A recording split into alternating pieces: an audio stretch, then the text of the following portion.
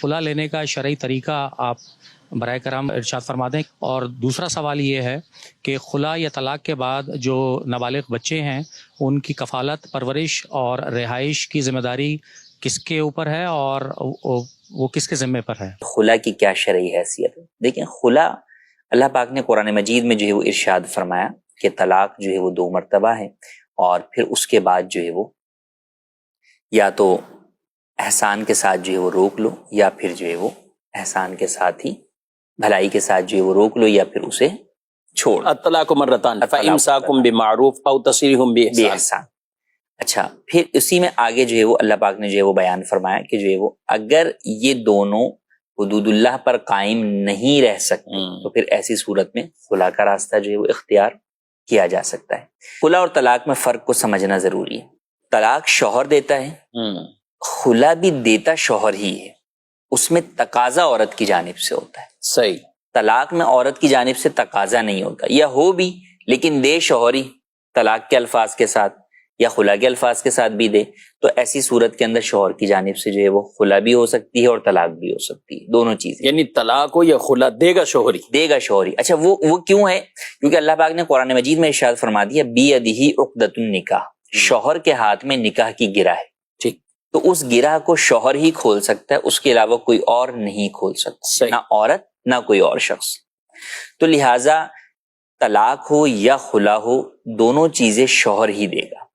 ہاں، خلا میں یہ ہوتا ہے کہ عورت اپنے حق مہر کے بدلے میں اس سے تقاضا کرتی ہے کہ بھئی تمہیں تو مجھ سے کوئی مسئلہ نہیں ہے، لیکن مجھے جو ہے وہ مسئلہ ہے اور میں جو ہے وہ نہیں رہنا چاہتی، اور اس بنیاد پر میں اپنا حق مہر جو ہے وہ معاف کرتی ہوں اور اس کے بدلے میں تم سے خلا کا تقاضا کرتی ہوں. تو لہٰذا جب شوہر جو ہے وہ عورت کے اس تقاضے کو قبول کرتے ہوئے خلا دے دیتا ہے تو عورت پر طلاق بائن واقع ہو جاتی ہے خلا کے ذریعے، اور شوہر پر حق مہر دینا لازم نہیں رہتا. اب یہ بنیادی بات اس چیز کو جو ہے وہ یہاں پر سمجھنا ضروری ہے کہ دے گا بہرحال شوہر ہی. ہاں، عورت کا بلا عذر شرعی طلاق یا خلا کا مطالبہ کرنا یہ جائز نہیں ہے. حدیث پاک میں فرمایا کہ ایسی عورت جو ہے وہ جنت کی خوشبو بھی نہ سونگھ پائے گی، حالانکہ جنت کی خوشبو 500 برس دوری سے آتی ہے. اتنی مسافت کی دوری سے بھی آ رہی ہے، لیکن ایسی عورت نہیں سونگھ پائے گی. تو یہاں یہ پیش نظر بھی رکھنا ضروری ہے کہ خلا مانگنا کوئی پسندیدہ کام نہیں ہے، یا ایسا نہیں ہے کہ جناب کوئی وجہ ہو یا نہ ہو بس بلا وجہ جو ہے وہ خلا کا جو ہے وہ تقاضا کیا جاتا رہے. ہاں، جہاں پر شرعی عذر پایا جائے وہاں پر عورت کے لیے یہ جائز ہے کہ وہ اپنے شوہر سے خلا کا تقاضا کر سکتی ہے. اور شوہر کو بھی یہ چاہیے کہ اگر تو قصور اس کا ہے، مثال کے طور پہ عورت اس لیے تقاضا کر رہی ہے کہ شوہر نان نفقہ پورا نہیں کرتا. صحیح.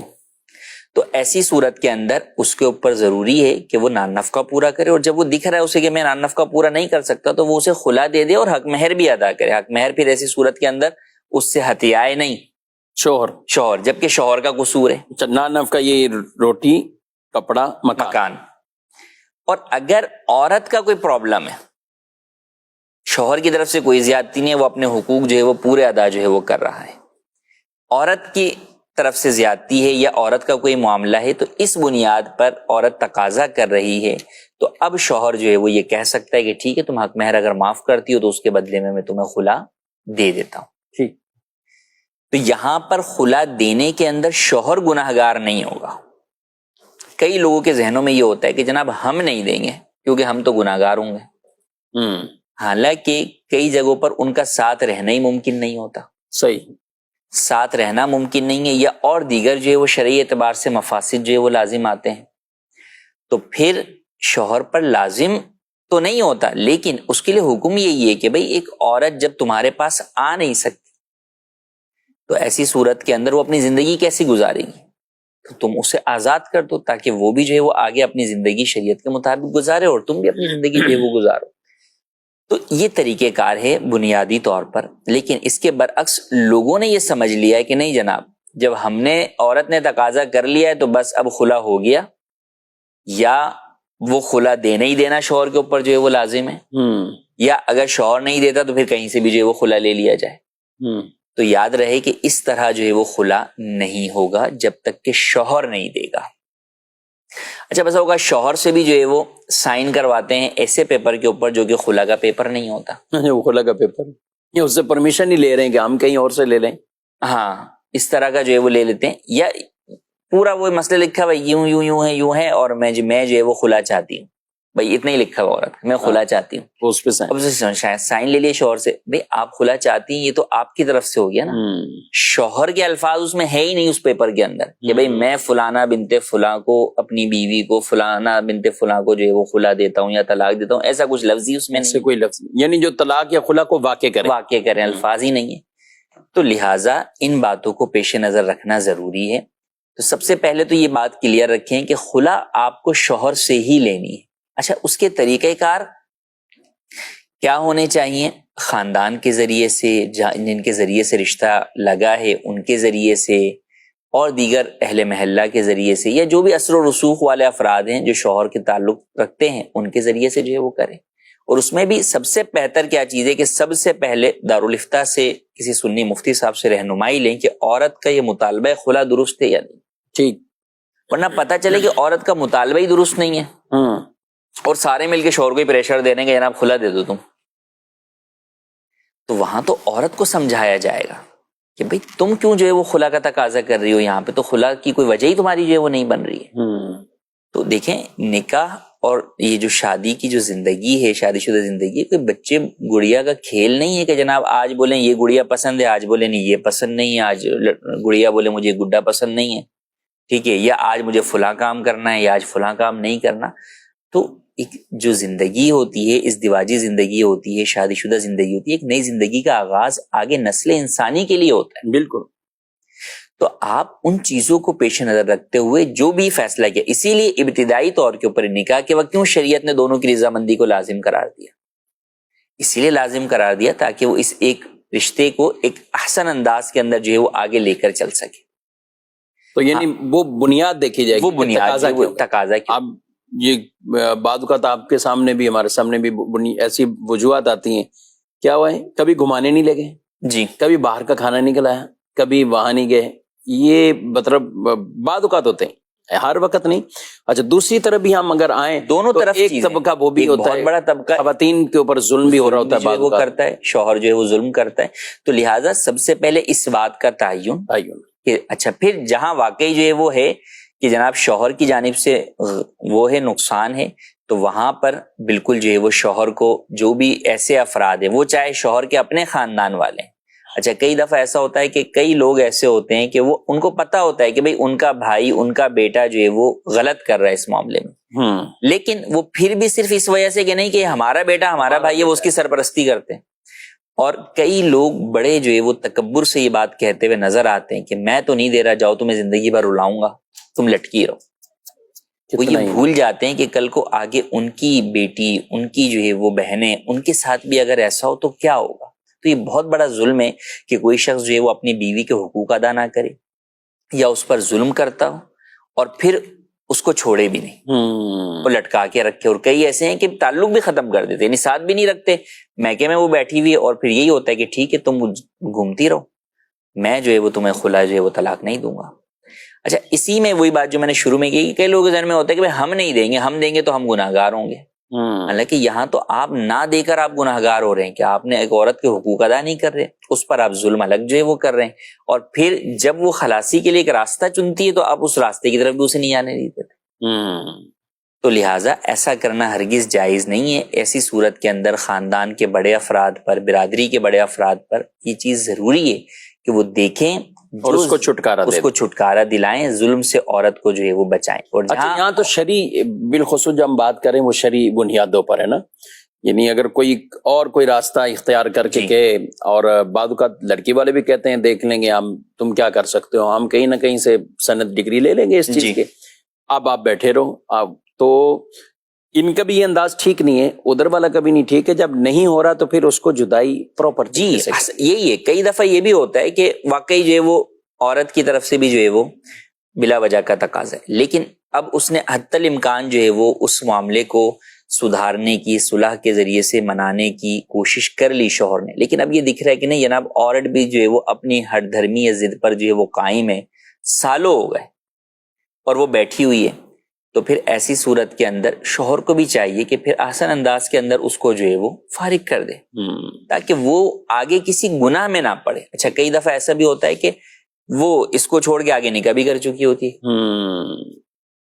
اس کو پتا ہے کہ بھائی یہ میرے نکاح کے اندر ہے, میں نے اس کو خلا یا طلاق دی نہیں ہے, اور وہ آگے کر رہی ہے. تو اب بھی بطور مسلمان دیکھیں ہم میں ہر ایک کو ایک ہی کہ میرا آپ سے کوئی بھی رشتہ یا تعلق ہے, اس بنیاد پر کوئی بھی ناچاکی چپکلش ہے اور میری آپ سے نفرت, لیکن بطور مسلمان ایک مسلمان کو دوسرے سے نفرت نہیں ہونی چاہیے. ظاہر اس میں کہ وہ اس کو جہنم میں جاتا ہوا دیکھے اور یہ بچا بھی سکتا ہے نہ بچائے.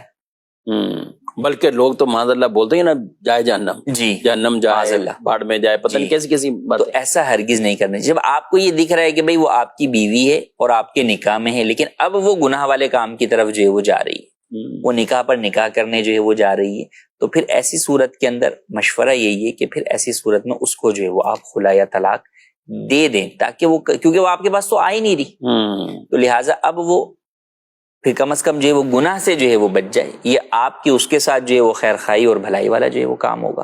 اگرچہ آپ کی طرف سے زیادتی نہ ہو, اور آپ کی طرف سے زیادتی ہے پھر تو بدرجہ اولیٰ آپ پر لازم ہے کہ آپ اسے جو ہے وہ آزاد کریں. ٹھیک ہے, اس صورت میں گناہ گار نہیں ہوں گے. مطلب جہاں پہ اور کوئی بھی اگر صورت ہو بالفرض عورت ہی مجبور کر رہی, وہ غلط ہو, جی لیکن اب پتہ ہے کہ اگر میں نے یہ کام نہیں کیا اور اس نے آگے جا کر پھر مزید آگے اس طرح, اور بعد کا لڑکے خود کہتے ہیں کہ ہم نے تو شادی کر لینی, تمہیں لٹکا کے رکھیں گے, ہم آگے شادی.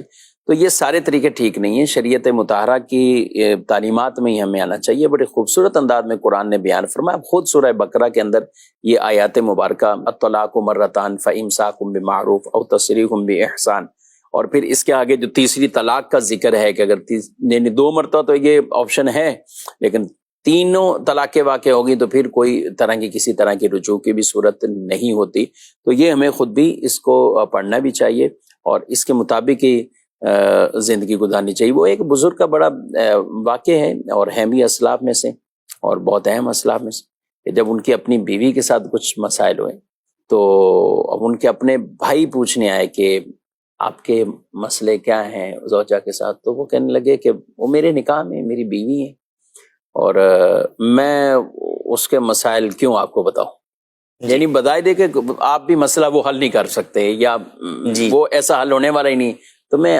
اپنی بیوی کا راز یا اپنی بیوی کا مسئلہ میں آپ کو کیوں بتاؤں. اچھا جی, وہ ان میں طلاق کا معاملہ ہو گیا, جدائی ہو گئی. اب وہ جدائی ہو گئی, سب کچھ ہو گیا, اس کے بعد پھر وہ دوبارہ, اچھا ہوا کیا تھا, تو اب ان کا پہلے تو میرے نکاح میں تھی, اب طلاق ہو گئی, معاملہ ختم ہو گیا, اب وہ ایک عام اجنبیہ عورت ہے, تو میں ایک عام عورت کے بارے میں تمہیں کیوں بتاؤں. یعنی بعد میں بھی معاملات کے اندر جو شریعت مطہرہ کے احکام, پردہ رکھنا, عیوب چھپائے رکھنا, اور یہ بہت بڑی بات ہے. یہ ناظرین کرام, اور یہ ہمارے ان تمام لوگوں کے لیے سمجھیں کہ نصیحت اور کتنا خوبصورت مدنی پیغام ہے کہ کئی لوگ ایسا کرتے ہیں. اچھا یہ رشتوں میں بہت زیادہ ہوتا ہے میاں بیوی کے اندر, اب بعد میں برائیاں جو ہے وہ بیوی کی کر رہے ہیں, بیوی شوہر کے سارے, یعنی آپس کے وہ امور جو کہ کبھی بھی ڈسکلوز نہیں ہونے تھے, اب وہ ایک دوسرے کے جو ہے وہ بیان کیے جا رہے ہیں. اچھا نہ صرف شوہر بیوی کے بلکہ جو ہے وہ ساس نند بہو ان سب کے آپس میں دونوں طرف سے جو ہے وہ ہو رہے ہوتے ہیں. یعنی ایسا نہیں ہوتا کہ جناب وہ ان معاملات کے اوپر پردہ ڈالیں کہ یار اب تو وہ چیپٹر کلوز ہو گیا نا, اب اس کو جو ہے وہ کرید کے کرنا کیا ہے, کیا چاہتے ہیں.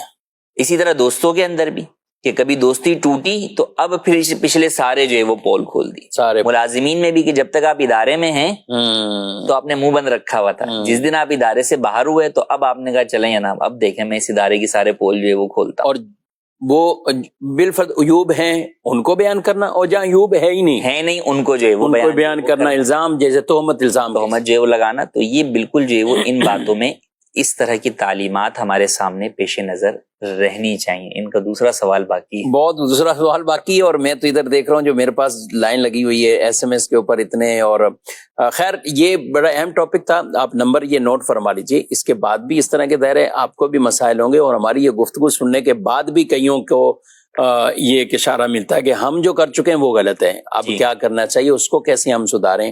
تو یہ نمبر آپ لے لیں, آپ ٹیلی فون پہ بات بھی کر سکتے ہیں دارالتحفظ سنت کے علماء کرام مفتیان کرام سے. اس کے علاوہ بھی آپ دارالتحفظ سنت میں براہ راست بھی اس طرح کے مسائل ہو تو براہ راست یا چلے جائیں. خواتین بھی آ سکتی ہیں, آپ پردے کی رعایت کرتے ہوئے اپنے ساتھ ان کے اگر بھائی ہیں، محارم ہیں یا چند خواتین ہیں تو وہ پردے کی رعایت کرتے ہوئے آپ ان مسائل کے لیے ضرور اپنا رابطہ وہ دارالتعلیم سنت سے کر لیں، تاکہ جو ایک رہنمائی ہے وہ آپ کو پراپر مل جائے، اور جو غلطی ہو چکی ہے اب اس کا ازالہ ہے نہیں ہے، لیکن مزید اس میں گناہگار والی صورت نہ ہو۔ اور بچوں کے حوالے سے بھی ٹاپک بہت طویل ہے، میں چاہوں گا ایک 1 لائن اگر آپ کو بتا دیں اور اس کے بعد ہم کچھ سوالات۔ دیکھیں، بچوں کا حق پرورش بیٹے کا 7 سال کی عمر تک اور بیٹی کا 9 سال کی عمر تک ماں کے پاس ہوتا ہے، جبکہ ماں جو ہے وہ شادی نہ کرے۔ ٹھیک ہے، یا بچے کے غیر محرم سے شادی۔ جی، اصل تو یہی ہے، عام طور پر یوں ہی ہوتا ہے، تو آسان لفظوں میں آپ یوں سمجھ لیں، ہاں اگر بچوں کے محرم سے ہی شادی کر لی، مثال کے طور پہ جناب جو ہے وہ شوہر کا انتقال ہو گیا اور اب جو ہے وہ عدت گزار کے عورت نے دیور سے ہی شادی کر لی، تو اب یہ بچوں کا محرم ہے، تو اب بھی حق پرورش ماں کے پاس ہی رہے گا۔ لیکن اگر ایسا نہیں ہے، بچوں کے نامحرم سے شادی کی، تو پھر ایسی صورت میں عورت کا حق پرورش ختم ہو جاتا ہے اور یہ حق پرورش نانی کے پاس آ جاتا ہے اگر نانی حیات ہیں تو۔ لیکن عمر وہی رہے گی 7 اور 9 سال، بیٹے کے لیے 7 سال، بیٹی کے لیے 9 سال، اور اس دوران بچوں کا جو بھی خرچ ہے وہ باپ پہ لازم ہوگا۔ اور 7 اور 9 سال کی جب عمر ہو جائے گی تو اب بچے باپ کے سپرد ہی کیے جائیں گے، اب پرورش میں باپ کے رہیں گے۔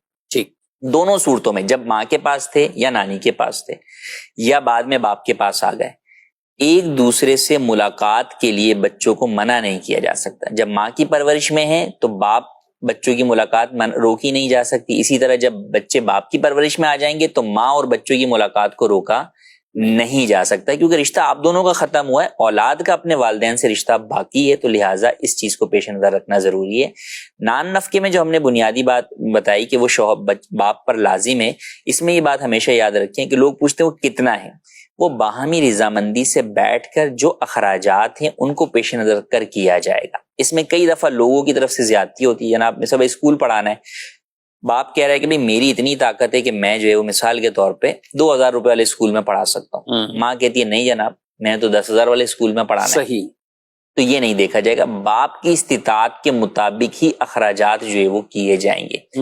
ہاں ایک بنیادی خرچہ ہے بھئی کھانا روٹی جو چیزیں ہیں بنیادی، تو اس کے اندر باپ اپنی آمدنی بڑھائے گا تاکہ اپنے بچوں کے اخراجات جو ہے وہ پورے کریں، لیکن اس کے علاوہ جو بھی سائیڈ کے اضافی اخراجات ہیں وہ مائنس بھی ہو سکتے ہیں، جیسے اسکول یا اور دیگر چیزیں ہیں، یا ان میں کم والی سائیڈ کو جتنے میں باپ جس کو افورڈ کر سکتا ہے اسے اختیار کیا جائے گا، اور اس میں بھی کیش دینا ضروری نہیں ہے، وہ بچوں کا جو بھی کھانے پینے کا سامان ہے وہ سامان کی صورت کے اندر بھی انہیں فراہم کر سکتا ہے، ڈائریکٹ سامان ہی دے رہے ہیں، ڈائریکٹ فیس بھی جو ہے وہ اسکول کی جو ہے وہ ادا کر سکتا ہے، ڈائریکٹ کپڑے ہی لے جا کر دے دے کہ بھئی یہ لیں میرے بچوں کے کپڑے ہیں، یہ جو ہے وہ آپ انہیں جو ہے وہ پہنا دیں، تو یوں بھی کیا جا سکتا ہے۔ بہرحال یہ باہمی رضامندی سے بیٹھ کر طے کرنے والی چیز، یعنی اس رشتے کا تقدس یعنی بچوں کا تو ہے نا، ماں باپ ہیں دونوں، ایک اعتبار سے ان کا مستقبل خراب نہیں کرنا چاہیے۔ اصل میں ہوتا یہی ہے کہ دیکھیں جب یہ دونوں بھی رشتے میں تھے تو اب اس پہ کتنا خرچہ ہو رہا تھا، وہی خرچہ بعد میں بھی ہونا ہے نا، بعد میں بھی ہونا، الگ تھوڑی ہونا ہے۔ تو اب ماں یا ننیال کی طرف سے یہ تقاضا ہے کہ نہیں جناب ایک بچے کے لیے ہمیں جو ہے وہ 25,000 روپے جو ہے وہ تم دو یا 35,000 روپے دو، جو اخراجات بنتے ہیں وہ دیے جائیں گے، وہ اخراجات پہلے بھی جو ہے وہ ساتھ میں ہو رہے تھے، وہی جو ہے وہ اب بعد میں بھی جو ہے وہ ہو رہے ہوں گے۔